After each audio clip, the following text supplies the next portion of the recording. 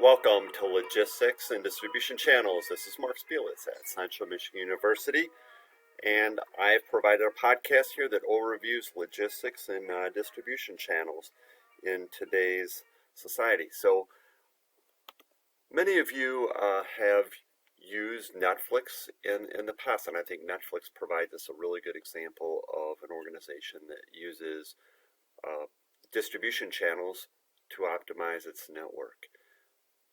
I like using Netflix as an example because of the innovations it's provided to the industry. As you know, it started by DVDs by mail, but it's developed into video streaming on almost any device and the development of original content. I also like using Netflix as an example because of the innovation and the way it's revolutionized distribution. Distribution now is expanded to 190 countries around the world, which brings its own set of challenges. But from a distribution side, Netflix has continued to innovate itself both electronically and physically.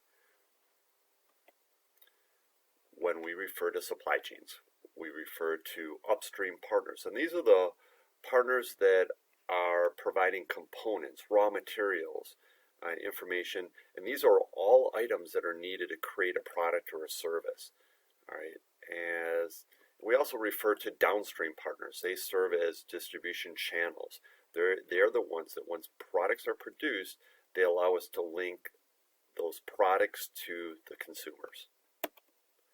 I often think of upstream and downstream as a river flowing, and those upstream partners flow product to the customer in downstream. So I always think, downstream is our customer. Marketing channels are a set of interdependent organizations. And when we talk about interdependent organizations, they're all related to one another. They all depend on one another when providing a product or service and making it available for consumption by a consumer. So what do marketing channels do? They provide the means by which products move to the ultimate users, to the customers. I often look at marketing channels as a pipeline, a way for products to flow through this pipeline to consumers, and those pipelines are never straight. I want to use an example of milk to demonstrate logistics efficiency and effectiveness. Back in the 1950s and 60s, milk distribution took place directly to the house. So farmers and their distribution network would deliver milk to most households. Today, milk distribution or milk delivery to the home, it only accounts for 5% of milk delivery. However, we're starting to see Amazon Fresh making a comeback and starting to deliver fresh produce to major metropolitan areas. So look out, we may see a comeback here with Amazon. So let's look at our example with the farmers and 6 customers. And with those farmers and customers, we have 36 exchanges. Each farm has to create an exchange with each one of the customers. The distribution activity is highlighted here, where each manufacturer, in this case a farmer, distributes product to each one of the customers, and those would be the homes. And as I stated earlier, that's 36 exchanges. So let's take that same network and insert a farmer's market.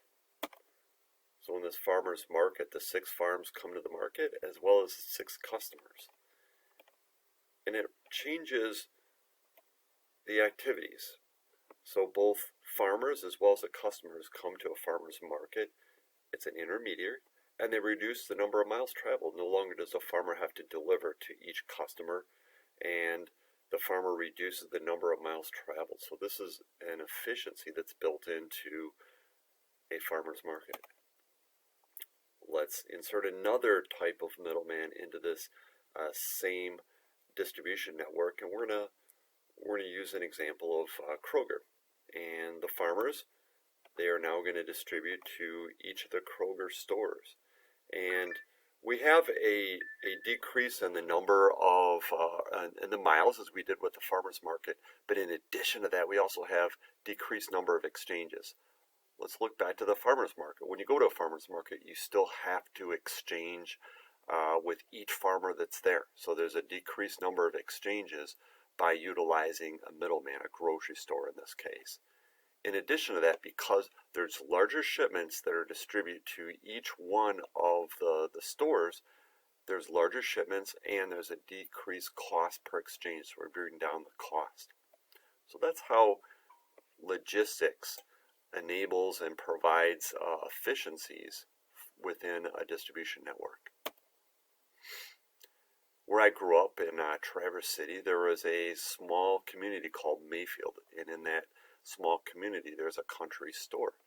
I often wondered how do products get to this country store in Mayfield, and the way that products, mostly convenience products, get to the stores through a distributor. The distributor utilizes distribution channels to distribute product to these small stores throughout the region.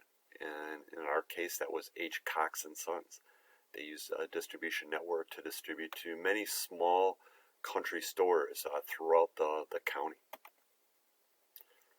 Let's break down distributors into two types. There's your wholesale distributors, and they buy products from a range of businesses and sell them to different customers. And a lot of times they're buying higher quantities that allow them to provide savings and discounts. But there's two types. A merchant wholesaler, they take possession of the goods that they distribute. So they take ownership of those goods. And then there's agents and brokers, okay? They do not take the title of the goods they distribute. Almost like a real estate agent. They don't necessarily take possession of the homes. They're a representative. So those are the two types of wholesale distributors.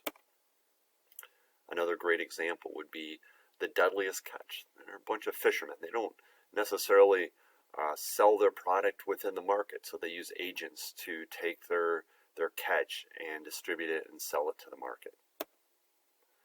So channel decisions, marketing channel decisions, they affect every other marketing decision. It leads to a competitive advantage, and we see that with Walmart. We see that with Amazon. In both of those cases, both Walmart and Amazon, they have a competitive advantage based on their distribution, based on their supply chain. So how do channel members add value? And as we stated earlier, on the cost side of things, intermediaries add value by creating efficiencies, very similar to what we just looked at in the milk example. Intermediaries also create effectiveness, and this is on the demand side of goods, the marketing side of goods, creating demand for products. How do they do that? Okay, taking products and breaking them into assortments that consumers want. Products are never produced in the assortment, the variety that customers need. So channel members create assortments of products that consumers want. They allow consumers to search for their products. One example of that might be Amazon. And then they bridge this gap between where products are produced. A lot of our products are produced overseas in Asia, and where products are used. And that's called spatial separation.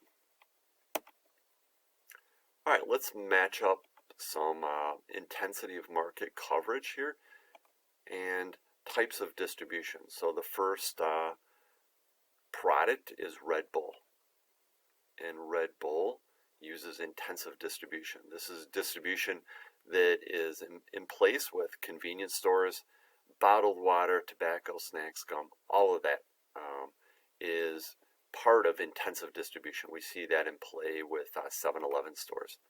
Next, we have selective distribution. And this distribution is used by, in some cases, retailers who want to carry specific products in their store, like Macy's, and they provide Dolce & Gabbana products because they have the prestige.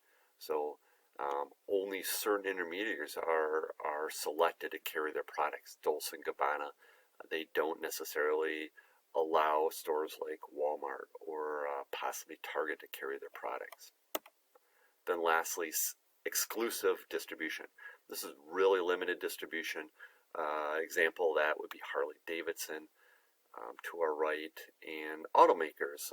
They have their own dealerships, General Motors, Fiat Chrysler, Ford, and they help to control sales and service. So store retailers employ what's called omni-channel distribution, which is using multiple channels for distributing their products. Online, direct selling, vending machines. All of these are examples of this multiple channel distribution strategy. Many retailers can't avoid this today. This is part of business today and retailing today. Many firms are opting to use third-party providers for outsourcing logistics. And logistics can and is a competitive advantage for a lot of firms. Many firms outsource them.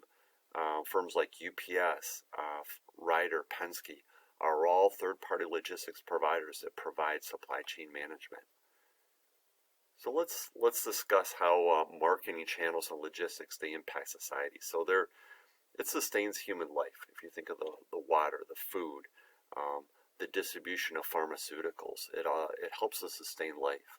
When we have a natural disaster, logistics helps us to get food, water, clothing, necessary items to people in need. It also helps to improve our quality of life. It does stimulate economic growth, helps for businesses to become more competitive, improves our standard of living. Look at today with Amazon. We now desire, and our standard of living has been improved through the use of Amazon. Any product is at our fingertips on a laptop. Then lastly, logistics creates jobs. Most important for all of you. One example of how logistics and the importance of logistics and sustaining life came to light in 2007, and I was actually in Rome, where the truck drivers went on strike, and it literally shut down Rome. There was a lack of food, water, all basic necessities to the city of Rome were cut off based on a truck driver strike that was all about fuel surcharge. And literally the store shelves were bare. People were in a panic. So we sometimes take logistics for granted. However, it's a part of our everyday life. So if you're interested in logistics and some of what we just talked about, know that logistics involves problem solving. Logistics expects a 22% growth in jobs between now and 2022, and it's a very competitive field. So if you're interested, there's a lot of job growth. So that's the presentation on logistics and marketing channels. And if you have any questions for me, please reach out to me. Again, this is Mark Spielis at Central Michigan University, and my email address is attached. Fire up, Chips.